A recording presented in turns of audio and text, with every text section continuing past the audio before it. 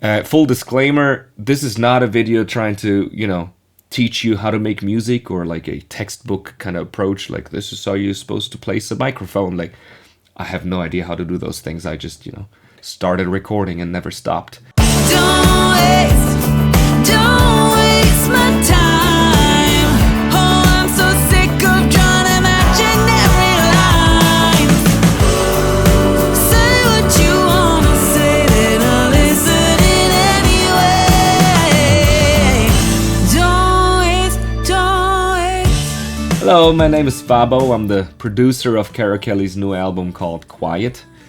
And I've been making music on a computer since I'm 13 years old, but only recently, I think during lockdown, I started, really diving deeper into studio productions and all of that stuff. Adjust la vitesse! We're in the studio with Caro, she's warming up right now. Hi! Michael, wir sind einfach seit 12 Stunden 38 hier. Geh jetzt endlich nach Hause. To begin with, I think we have to talk about Caro Kelley as an artist. The fun part working with her is she's very all over the place musically. It's very genre bending. No two songs are alike. That's really fun. It's one of my favorites. So this will be the side of my mouth with no color.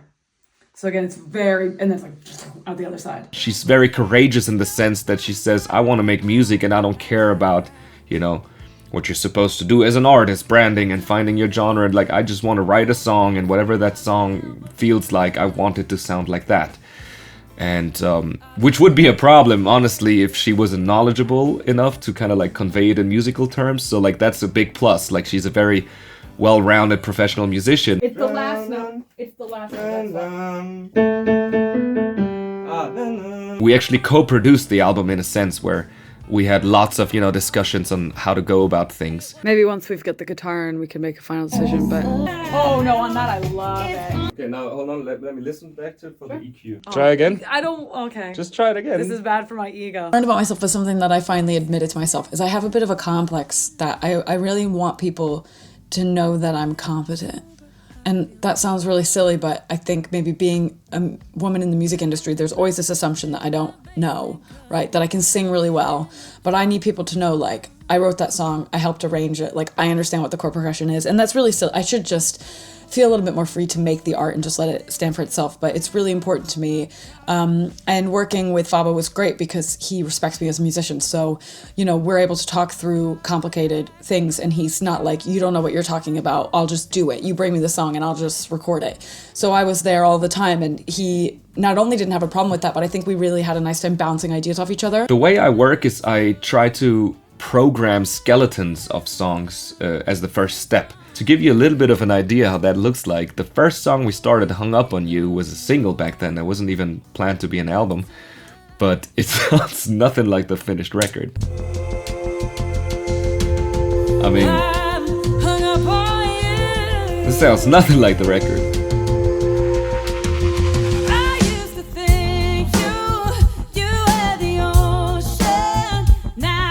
Usually I bring the songs and they're done. They're completely done. And this time I felt a little bit more freedom to bring things that were like 75% finished or 50% finished and be like, I think this idea is good, what do you think? And that was nice for me. That was really helpful. Usually I write alone. And I really enjoyed it. I'm so proud of the project. I really feel like, sure, it's my album, but it feels like it's Fabo's album as well. I came up with this little fun, Fender Rhodes Wurlitzer kind of groove. Here. I really like that sound. I grew up on Supertramp and, those kind of records. And so, luckily enough, we have a real Wurlitzer here in storage. So I got it over here in the studio. And we recorded the real Wurlitzer with a Jazz Course twin amp, I think.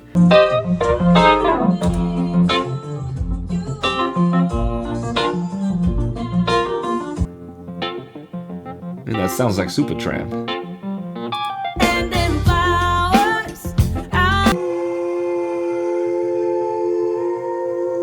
Let me see if I can actually undo some of the stuff here, because this is Caro doing this, yeah. She's more, this is raw. What don't know how she does it. And then I just put some formant shifting on it and stuff. And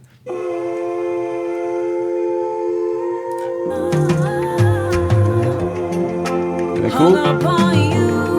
For the whole album, I mean, we've been lucky that we have really, really talented friends. We have, Andre Schwager, Ferdi Kirner, Susi, Maxi Nachtmann, Raoul, Walton, Guido, Leander, Widmoser, Michi, Wagner. I mean, we had crazy people play on this record. And to me, it's always very inspiring to see how a record comes to life when you got, people playing it and putting some soul and emotion into it,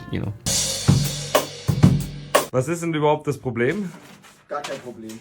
I mean, Guido on the drums. Jesus.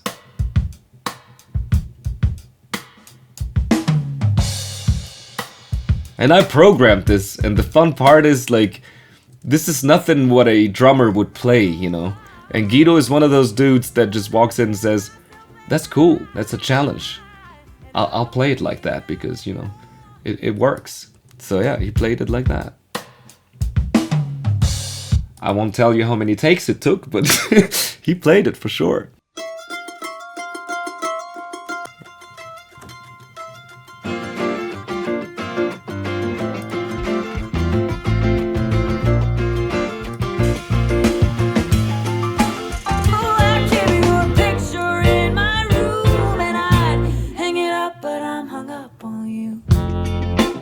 André!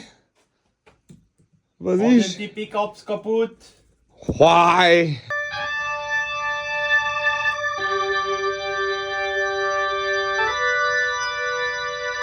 Oh, Michi on guitar.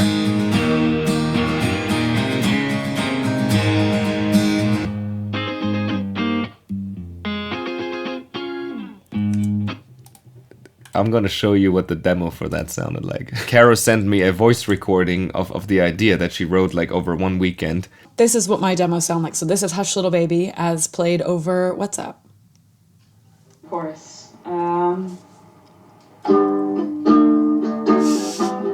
As you can tell, I'm not the best ukulele player in the world, but I could just tell that the song works. About 10 minutes later, I sent an audio saying, I've come up with a bridge. So here's the bridge.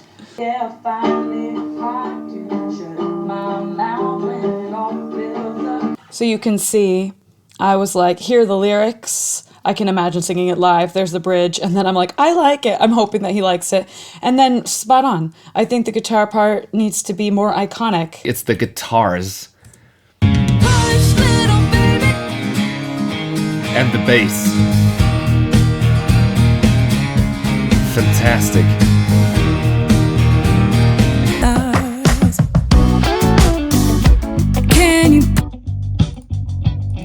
So that's the drums.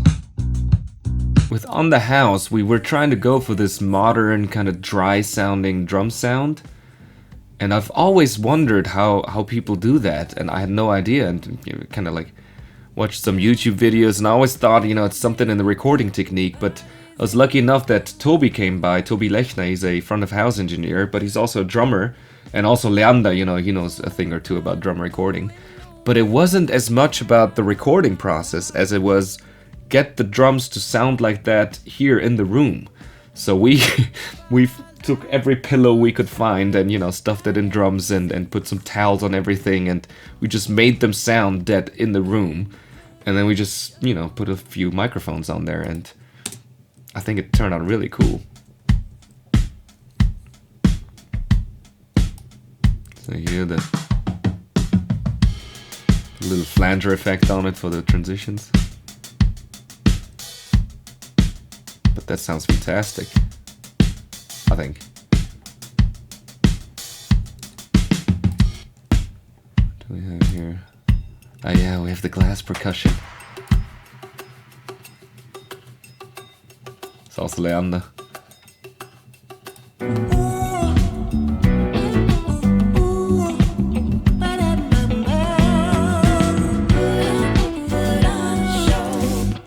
And the special thing about this song, the chorus, is a 6/4.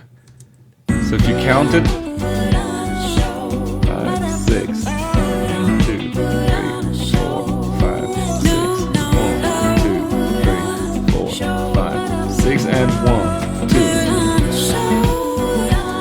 And that confused the hell out of every musician.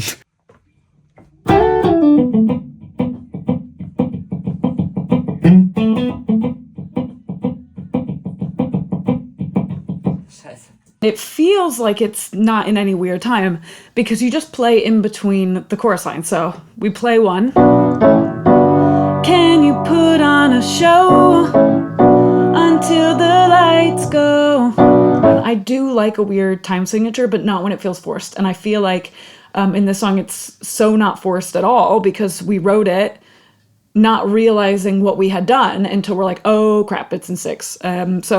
So happy with that. I think it works perfectly because the song is about playing music when you're not in the mood to play music. You know, when you're playing a corporate party and you have to play for 6 hours, or, you know, it's your 5th wedding in 3 days, or, you know, one of those things. So this song actually really keeps the musicians on their toes because it's really difficult to play.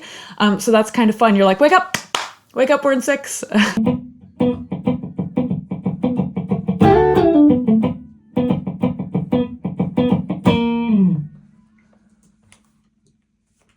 I mean,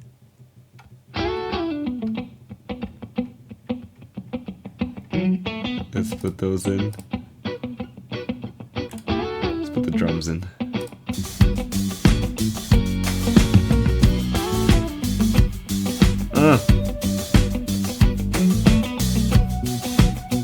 It's going out. It's on the house. Talking about vocal production, like there's not a lot you have to fix. Let's put it that way. Oh, I thought you felt it too. And the more you can go on an ooh with a 2. That's nice. Oh, I thought you felt it too. Yeah. If you tell Caro, you know, can you put a vibrato on this note and maybe have the vibrato like use triplets rhythmically, and she can actually do those things. So you can only imagine the kind of stuff, you know, we tried out. No vibrato. Yeah, no vibrato, in my opinion as well. I see the stars. Maybe not even the pull off. I don't like that either. Pray in, can you drift up at the end? Oh yeah, sorry. It's very hard for me to remember all the things. Yes, yes, of course. Yeah, no No, worries. happy to do that. Yeah, No worries. Yeah. That fast. Exactly. Okay. If we made the first note a little fuller, that's quite cool. Oh, fucking brutal. Jesus. Listen to that difference. So, I'm a big fan of just trying shit, you know that, yeah. And it was kind of like this working, you know, back and forth, sometimes against each other, that suddenly got us places, you know, one mind couldn't go to. And so that was very special for me, a very cool kind of like aspect of the whole recording process is that we were able to musically do things that, you know, I haven't done before with people just because, you know, the people we worked with are, you know, that good.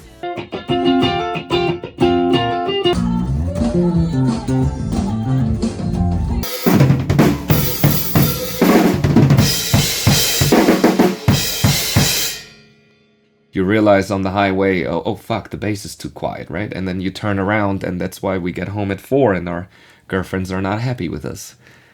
Speaking of girlfriends, there was 1 or 2 nights that we had romantic McDonald's dinner in here because it's just, we had some deadlines to meet, right?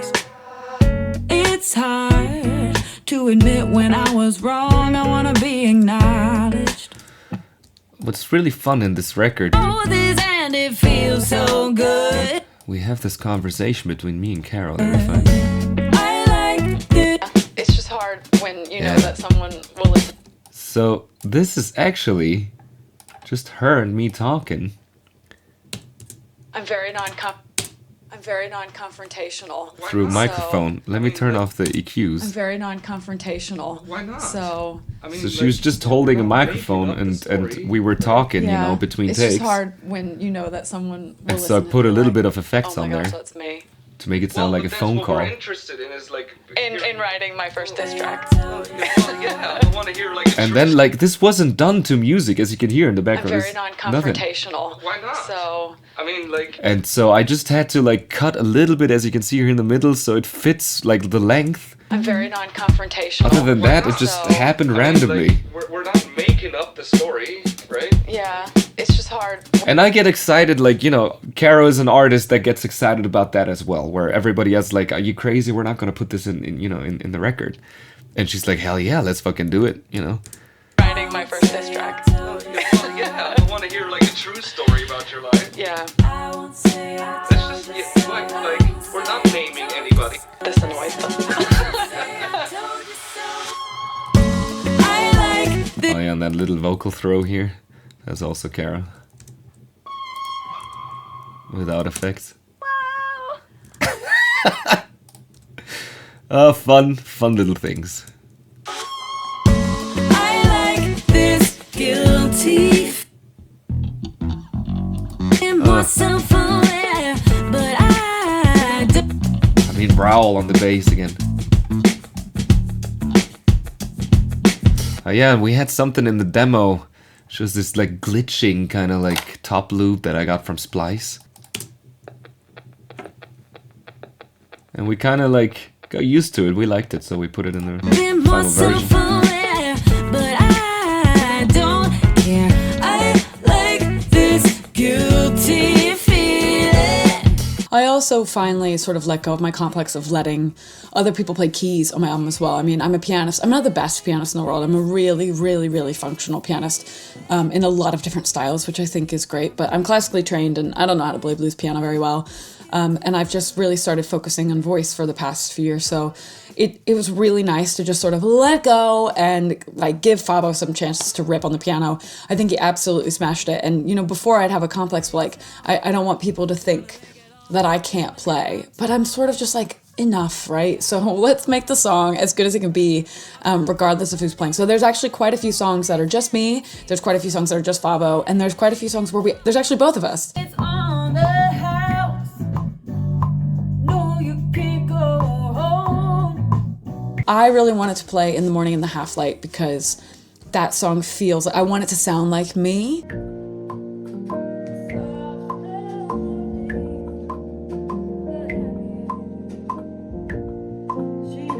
The Game has become probably my favorite song on the album, and it's really important to me that it went last. It's actually one of the first songs that I wrote for the album way back when, before Hung Up on You and before You Make Me, and these songs we've been performing for a while. I wrote this song and it just never worked. I knew it was about the songwriting process and about, you know, being an artist, but it was quite peppy. And I even brought it into band rehearsals, and we had a little trumpet part. It was originally called Hey, Hey, Hey, Hey, which is so weird now and like doesn't even make any sense. It doesn't matter. I'm a kid again. This is how we started. Sitting in my playroom, my castle mate is coming in fast. My band really liked it, but it wasn't working. I knew it wasn't working. So I shelved it, and then we brought it to Fabo, and we actually ended up recording that original version. And it was so peppy. And really, really important to me in an album is that songs hit different vibes. Like I need the songs to be different from one another. And I said, it's too similar to Hung Up on You. It's too poppy. And I'm like, well, what does one song bring that the other song doesn't bring? Like I don't see the difference. So we just kept changing it. And we decided, okay, what if we went like more 80s electronic? Yeah, that's what it was at one point. So we tried that, and that didn't work. And finally, I'm like, you know, this song means a lot to me. It's about wanting to write songs and be creative and be true to yourself as an artist, which sounds so cheesy and is not really who I am as a person, but I mean it. And so I thought, well, maybe it needs to be softer. Maybe it needs to be more of like a pop rock, almost like early Coldplay, sort of like, oh, that hits you right here. So we tried that.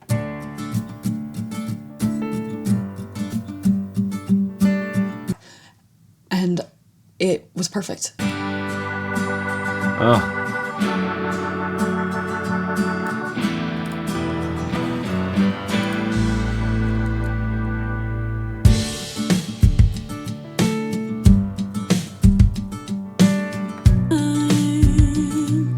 I think the bridge of The Game is the thing that I've written that I love the most. Like doesn't matter if I like kind of numbers got me overthinking.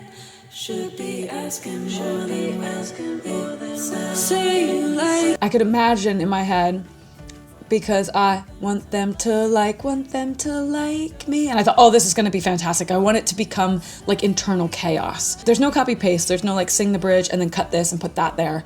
I sang the bridge one time through. I did some light harmonies one time through. And then I started to do echoes. So we'd pick a section and be like, there's a good place for an echo, and I'd sing one.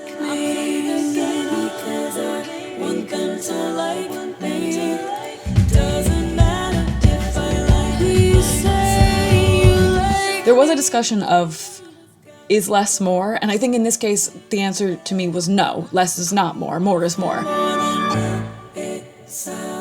I want people to feel how frustrating things are right now in the modern music industry. The fact that you can put your whole heart and soul and an entire year's budget into an album and no one cares because you don't have enough Spotify streams. So I wanted it to be chaos, and I think it has become chaos, and it's so beautiful. I'm obsessed with the bridge, obsessed with it. We had a little break here. This was Maxi Nachtmann's idea. We gotta give him credit for that. I played him the song in my kitchen on my phone. We had a rehearsal or something. And he's like, oh, that's cool. You should consider like a break. So I was actually at a gig hosting a soul session over at Live Evil, and I got a message from Fabo that was like, Maxi has this idea. Should we put in this weird break and put in a breath? And I thought, fantastic. So originally the thought was to make it, which, you know, there's a lot of sounds of me breathing in all of our recordings, so we could use one of those. But I didn't like it. It wasn't soft enough. You know, it's after the bridge in the game where I'm showing all this anger at the music industry, and I really wanted it to almost be like an acceptance. Just, the album is called Quiet, and here's a moment of silence and just sitting in the music. And I wanted it to not be aggressive or soft. And I didn't want it to be a cue for the band. I wanted it to be a little bit more magical. So of course I'm not in the studio, so Fabo had to record that. We don't have a breath like that. And I can tell it's Fabo. I think if you know it's him, it sounds like him. And everybody will think it's Caro. But no, this is me. The album belongs to me as much as it belongs to Fabo. So I kind of like, you know, in the first song we have Guilty Feeling, where Fabo and I discuss, you know, being open about the things that I want to talk about. And now in the last song, there's this sort of breath. And something I like about Fabo is that I feel like, as I've said, we are kind of similar. We are headstrong, loud, high-strung people who have a lot of opinions and are just kind of go, go, go, go, go all the time. And so I liked this idea that we just sort of breathe in this music. So yeah, it's a bookend for me. Love it. I kind of like think I know what music should sound like or feel like to me. But, you know, whenever I was able to kind of like get over that and just allow, you know, other opinions and just, okay, let's, you know, it just means more work. Let's try, you know, let's you know, get this idea a bit further down the road before I judge it. And that was the biggest takeaway, I think, for me, because I ended up liking a lot of things that I didn't think I'm gonna like at first. And the way there is not always apparent, so I think that was the most fun part for me. I mean, the most fun part was working with professional musicians that are just incredible all throughout this entire project. But second to that, for sure, was staying open-minded musically. What a great result we had with this, I think. I'm so proud of it. There's not a moment in the album that I don't love listening to. I love it so much. Go listen to the songs. Don't waste my time. Oh, I'm so sick of drawing imaginary lines. Say what you wanna say, then I'll listen in anyway. Don't waste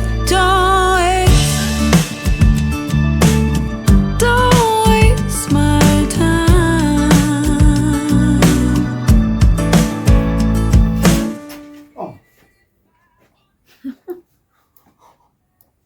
I got that on camera.